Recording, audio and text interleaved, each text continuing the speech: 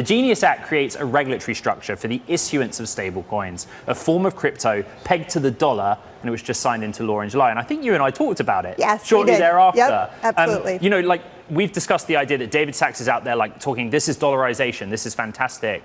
But we're talking about now tension between a more modern industry and traditional finance. How, for your association, is that tension being debated?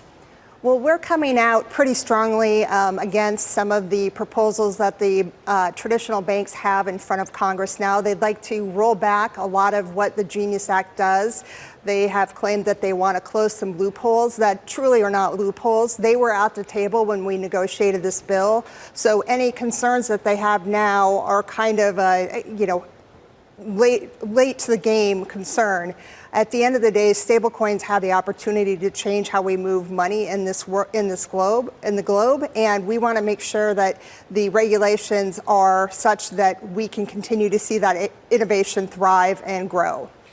If you can't beat them, join them, is the saying. So is the idea that I've heard of just bank after bank considering launching their own stablecoins. Why then fight the Genius Act, which would allow them to do that? Yeah, I mean, I believe they will start to issue their own stablecoins. This is a competition question.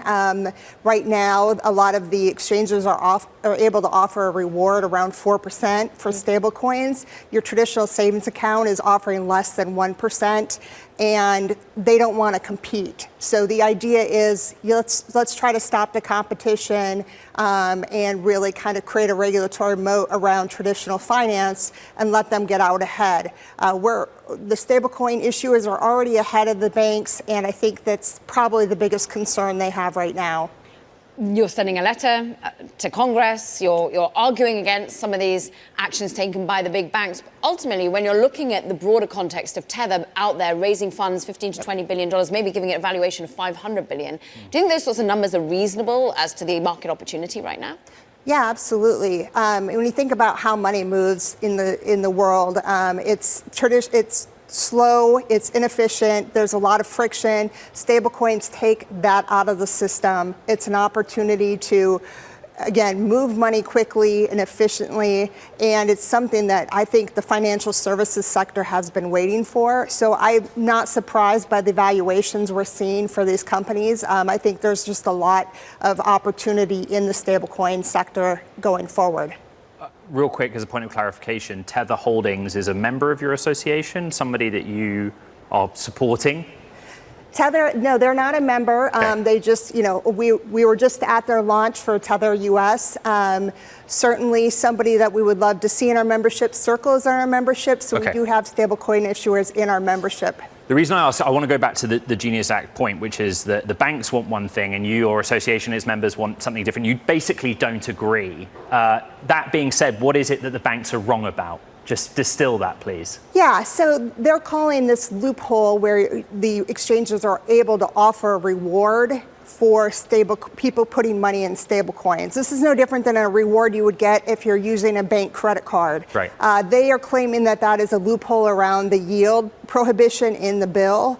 This is not a yield offer. This is a separate reward offered by the exchanges. This is not the stablecoin issuers offering yield. Again, it's the exchanges offering a reward. It's very different. It is not a loophole. And again, if the banks want to compete, they're welcome to do so by offering similar rewards or similar interest rates on savings accounts.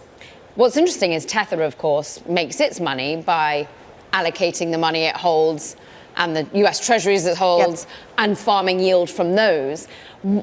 All of this is about regulation. Yes. You come from the CFTC.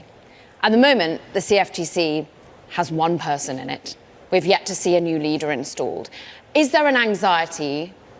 Is the anxiety that some have about a void of regulatory overseeing of this very nascent industry group, is that right or wrong in your perspective right now? I think there's some concern that there's not permanent leadership at the CFTC. That probably, you see that play out more with potential market structure legislation that the Capitol Hill is working on.